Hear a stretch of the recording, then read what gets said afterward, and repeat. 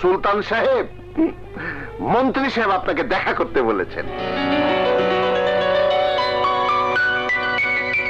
সুলতান যে সাহসিকতা দেখিয়েছে তা আমাদের কাছে অনেক বড় গৌরবের, অনেক বড় সম্মানের।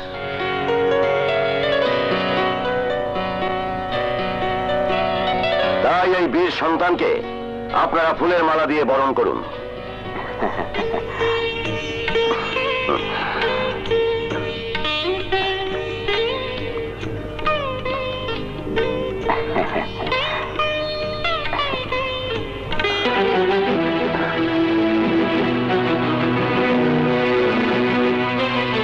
কি করছো সুলতান? তুমি সবার মালা গলায় পড়লে, কিন্তু ওনার মালা পড়লে না কেন? জি স্যার, বিনা অপরাধে ওরা আমাকে হ্যান্ডকাপ পরিয়ে জেল খাটিয়েছে, তাই ওদের হাতের মালা আমার গলায় পড়লে আমি কষ্ট পাবো স্যার। স্যার, ও মিথ্যে বলছে, ও আমাকে অপমান করছে। আমি মিথ্যেও বলিনি, অপমানও করিনি, শুধু আপনাদের বিবেককে সামান্য নাড়া দিয়েছি। পেশায় আমি সাংবাদিক ছিলাম, আর ওরা আমাকে বানিয়েছে বেশ্যা পাড়ার দালাল। সেদিন যদি মন্ত্রী মহোদয় খুন হয়ে যেতেন, আপনারা শুধু তদন্ত করার নামে ফাইল নিচে ফেলে রাখতেন, আর সন্ত্রাসী রাজা মুখ ফুলিয়ে হাসতে হাসতে তার সন্ত্রাসী কর্মকাণ্ড চালিয়ে যেত। আমার মতো সুলতান জেলে পচে মরতাম। আজ যখন স্যার আমাকে নতুন জীবন দিয়েছে নতুন করে বাঁচার অধিকার, তাই আল্লাহর কসম খেয়ে বলছি, আমার জীবন দিয়ে হলেও আমি ওই সন্ত্রাসী রাজাদের বাংলার মাটি থেকে নিশ্চিহ্ন করব। স্যার, আপনি শুধু আমাকে আপনার পায়ের নিচে ঠাঁই দিন। ঠাই তোমাকে পায়ের নিচে দেবো কেন? তোমার ঠাই হবে আমার বুকে। শুনুন আপনারা, যে কোনো কিছুর বিনিময় হোক সন্ত্রাসী রাজা ও তার সহযোগীদেরকে গ্রেপ্তার করুন, তা না হলে আপনারা অনেকেই ট্রান্সফার হয়ে যাবেন। স্যার, আমি সাংবাদিক রফিক, সুলতান আমার বন্ধু। আমি শুধু অনুরোধ করব, আপনি নিরপেক্ষ লোকদের তদন্ত করুন। দেখবেন আপনি অনেক পুলিশ কর্মকর্তার ওই সন্ত্রাসী রাজার সাথে যোগাযোগ আছে। হ্যাঁ, আমি তদন্ত করব। মন্ত্রী জানলে আমার চাকরি থাকবে না। আরে চাকরি গেলে তো আপনার ক্ষতি নাই স্যার, কারণ বহুত মাল কামাইছে। তুমি যে ভাবছো অত হবে না। সাংবাদিক রফিক তো আমার কথা প্রায় মন্ত্রীকে বলেই দিয়েছিল যে তোমার সাথে আমার একটা সম্পর্ক আছে। মরণ আইলে মানুষ একটু বেশি ফালাফালি করে, রফিকও ফালাইতেছে। রাজা, তুমি যা করবে তাড়াতাড়ি করো। এই হিট লিস্টের মধ্যে সাংবাদিক রফিকের ফটোটা পাতাইলে ফিরে লাগাই দে।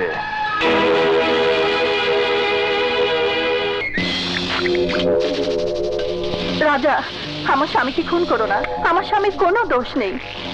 অভিজ্ঞতা করিও না, তোমার মন্ত্রী জামাই মগো 12টা বাজাইতে আছে, আমার অ্যারেস্ট করাইছে। এই আমারে দিয়া যদি তুমি রানের বাপের নাম হারাইতা, তাইলে তোমার জামাই এমপি হইতো কেমনে? হ্যাঁ, মন্ত্রী হইতো কেমনে?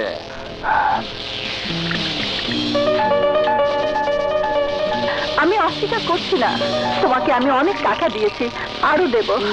Don't kill my husband. আসসালামু আলাইকুম স্যার। এই যে তুই আইছিস কেন? স্যার, যে টাকা দিছিলেন আল্লাহর রহমতে বাড়ির কাজ কমপ্লিট করছে, খালি রঙের টাকা শর্ট পড়ছে, এর লেগে আইছি। সুরের বাচ্চা, তোরে পাড়ায় মাইরা ফালামু আমি। স্যার, আমারে মাইরা আপনি ভুল করবেন স্যার, কারণ আমি হইলাম আপনার সকল আকাম কুকামের সাক্ষী।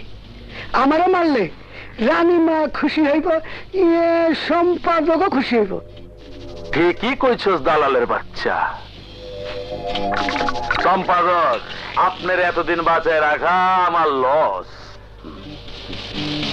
কখনো আপনার পত্রিকায় আমার খারাপ খবর ছাপানো হয়, আর আপনি হইতাছেন ওই পত্রিকার মালিক। সাংবাদিক সুলতান রফিক যদি আমার কথা না শুনে, তাহলে আমি কি করব? আরে আপনার কিছু করতে হইব না, আপনার কিছু করতে হইব না।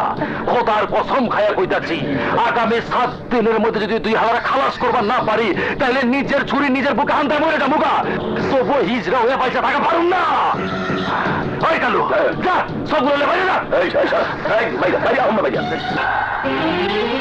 কি বলছো তুমি? যা দেখেছি তাই বলছি। আমার চাচি, আমাদের পুরনো চাকর আজিজ আর তোমার পত্রিকার সম্পাদক ও রাজের সাথে দালালি করছে। আমি শিওর আমার বাবার হত্যা সম্পর্কে ওরা সবাই জানে। রাজা স্বীকার করেছে। তুমি যখন সবই জেনেছ তাহলে তো খুশির খবর। খুশির খবর না সুলতান, রাজা কসম দিয়ে বলেছে 7 দিনের মধ্যে তোমাকে রফিককে খুন করবে। আমি তোমাকে ছাড়া বাঁচবো না সুলতান, আমি তোমাকে ছাড়া বাঁচবো না। কেঁদো না রানী, আমি আমার কথা ভাবছি না, আমি ভাবছি রফিকের কথা।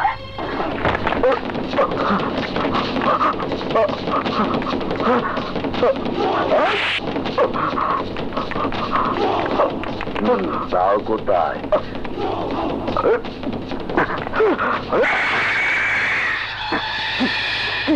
তোমরা তোর জান চাই জান।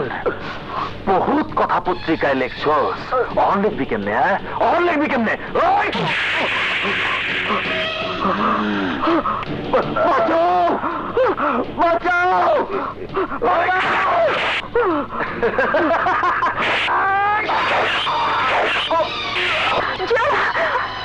ওরা তোমাকে মেরে ফেলবে। যাই, যদি রফিককে বাঁচানো যায়।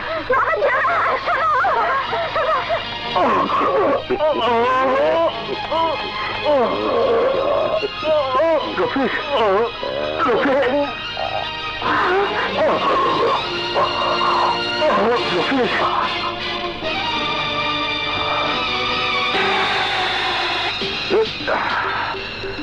আমি সন্ত্রাসী রাজা, কোন সাক্ষী বাঁচায় রাখি না, একমাত্র আপনারে বাঁচায় রাখলাম। যদি কোনোদিন মুখ খোলেন তাইলে আপনার কুস্তি সহ খালাস কইরা ফালামো।